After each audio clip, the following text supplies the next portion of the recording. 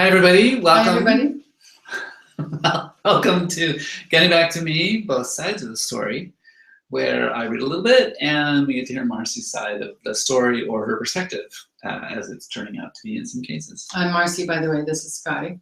Oh, yeah. Introductions. Well, they know us so well by now. That's right, because we're so famous. Right. So this week, I chose the passage from the book for Scottie to read because it relates to how often she gets asked, and we hear transgender people getting asked all the time, when did you know you were a girl? And I think... Boy, it's the other way around. Sorry, it's just needed to be said. I always have to... No, I don't. Yeah. I'm sorry.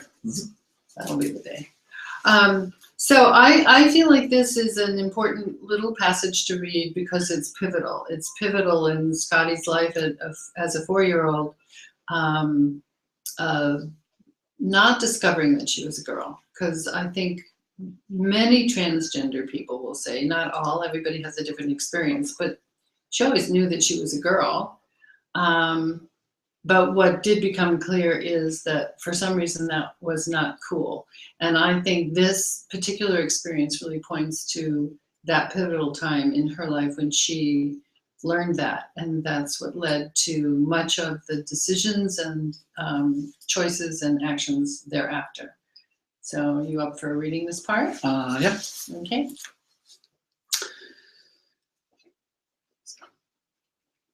Mark was my babysitter, would also make extra cash babysitting me and the little girl who lived next door. One rainy evening, appropriate, my friend came over and had the cutest pink rubber rain boots. Mine were the classic fireman's galoshes, complete with safety yellow stripes at the top. It wasn't too long before I had talked her into a trade. We exchanged boots in my bedroom, just two very happy 4-year-olds, basking in the glow of a win-win situation. When the door opened, I still had my back to it. I heard Mark gasp out, "Scottie, what the hell are you doing?" I wasn't sure what we had done wrong, but my friend shoved her feet under the bed to hide them. I instinctively followed her lead. Still not sure what was wrong. I only felt the heat of bad, wrong, and awful. The next thing I know, Mark grabbed me around the waist, yanking me backward. I tried to resist, but he was too strong. Before I knew it, I was standing. "Did you take her boots?" Mark screamed. "Take? No," I protested. "They're mine, fair and square." Then the hammer came down. "You can't wear those. Those are for girls." So,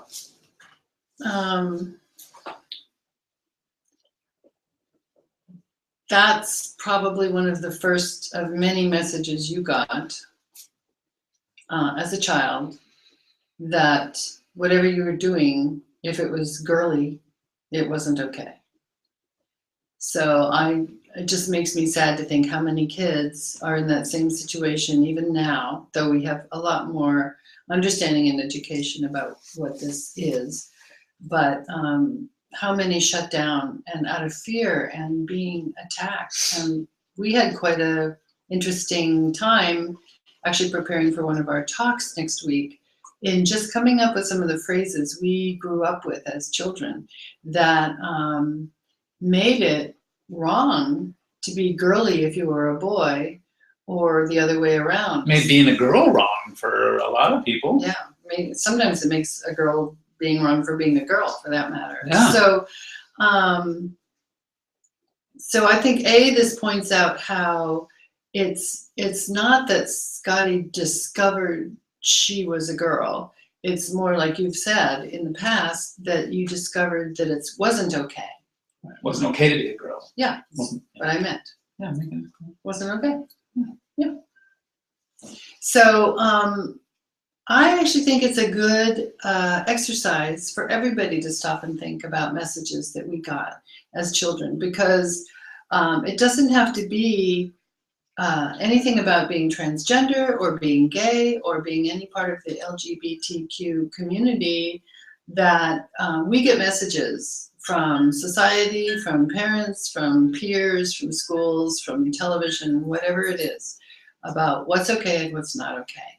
So I would actually love to put out the invitation for all of you to even think about that. Like, what kinds of things were you told as a child that affected how you felt about a gender? The camera's shaking because of Aria. She's scratching herself under the table.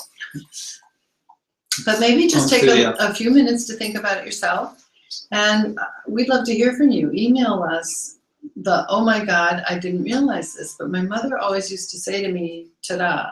Or my father always used to say this, or I remember hearing blah, blah. Because we don't want to pass them on to anybody. No, they can be so ingrained in us that we don't even know. We don't want to pass them on. That's the thing. So let's bring some of them up to the surface. It could also be kind of fun because some of the things we do here are pretty crazy. And we have one dear friend who's made it very clear, by the way, that pink was actually originally for boys. It was many years down the road that it got swapped. And it was deemed too strong a color for girls. There you have it. So just launching off of that whole idea, we will turn the table to you all and look forward to hearing from you. You can email us via our website, which is zuzubean.com. And you can also go there and find out about some of the speaking engagements we have. Look more deeply into Scottie's book. We hope you'll be interested in purchasing it for that matter, and giving us a good review. So until next time. Until next time. Until next time. Bye for now.